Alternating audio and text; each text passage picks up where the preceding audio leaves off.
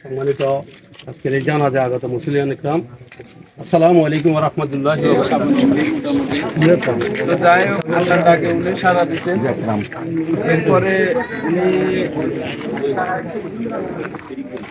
ওনার জীবনযাপন সম্পর্কে বা ওনার বাড়ির আমাদের অত্র মসজিদের সভাপতি আবুল রাজেক ওনার সম্পর্কে সংক্ষেপে কিছু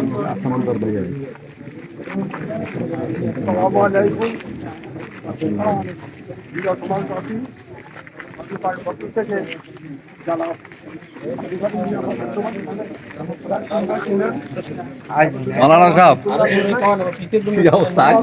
দাঁড়ান, এটা দাঁড়ান,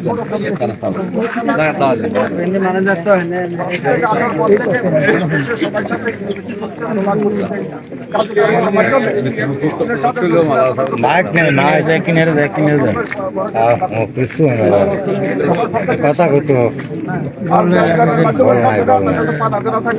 কত ছেলেরা আছে এই বলি আমি আর বক্তব্য ওনার লেনদেনের বিষয় থাকার কথা নয়, কারণ উনি দীর্ঘদিন থেকে ধরেন পরিবারে তার সন্তানদের সাথে ছিল। উনি ব্যক্তিগতভাবে হয়তো কারোর সাথে কোনো লেনদেন করেও না, তারপরেও যদি থেকে থাকে তাহলে ওনার পরিবারে ওনার সন্তানেরা মেজ ছেলে আছে, বড় ছেলে বিদেশে এবং ছোট ছেলে বিদেশে। ওদের সাথে কথা বললে ওরা দিয়ে দিবে।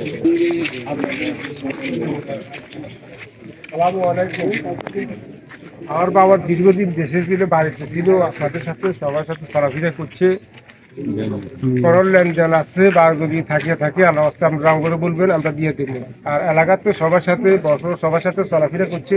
কারো যদি কোনো মনোকষ্ট দিয়ে থাকে আল্লাহর রাস্তায় বাবার মাফ করে দিবে, আল্লাহর রাস্তায় বাবার একটু মাফ করে দিবে, আল্লাহর রাস্তায় মাফ করে দিবে বাবার। আচ্ছা যাক, উনি আমাদের তো সংক্ষিপ্ত সময় আসরের পর পরে যাক এখন সংযুক্ত ভাবে আমাদের অন্য সমাজের সম্মানিত সভাপতি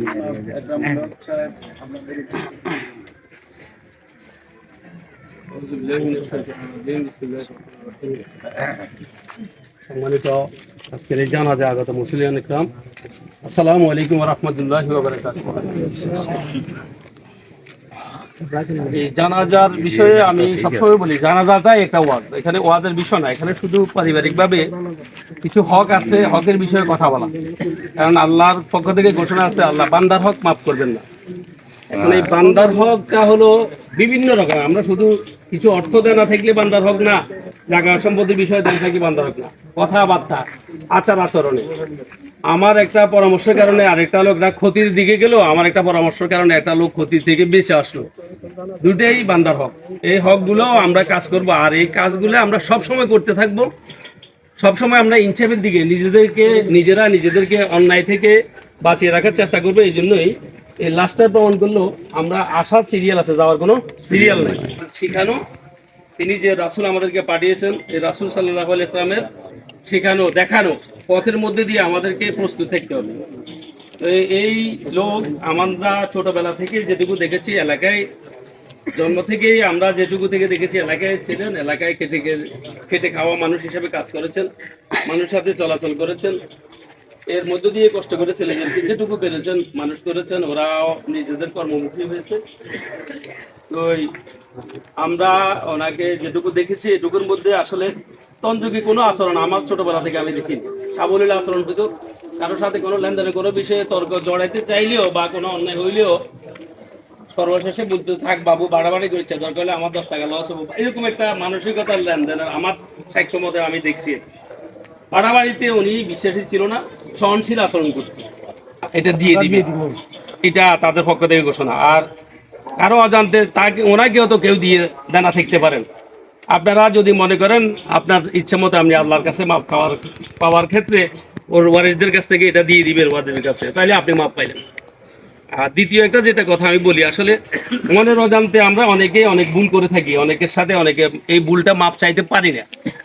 এটার একটা উসিলা আল্লাহ পাক এই জানাজার মধ্যে দিয়ে করে দিয়েছেন। সেটা হলো এই জানাজায় আমরা একত্রিত হইলে আমরা যখন অপরকে আল্লাহর গুণের মাপটা করব, আল্লাহ আমি যাদের কাছে দেনা থাকবো, আমি যাদের কাছে আচরণের ত্রুটি করে থাকবো, তাদের দিলের মধ্যে রহমত সৃষ্টি করে দিবেন আমাকেও মাফ করার জন্য। এই জন্য আল্লাহর ক্ষমার গুণটা আমরা নিজেরা বাস্তবায়ন করব, আমরা সবাই একে অপরকে ক্ষমা করে দেব।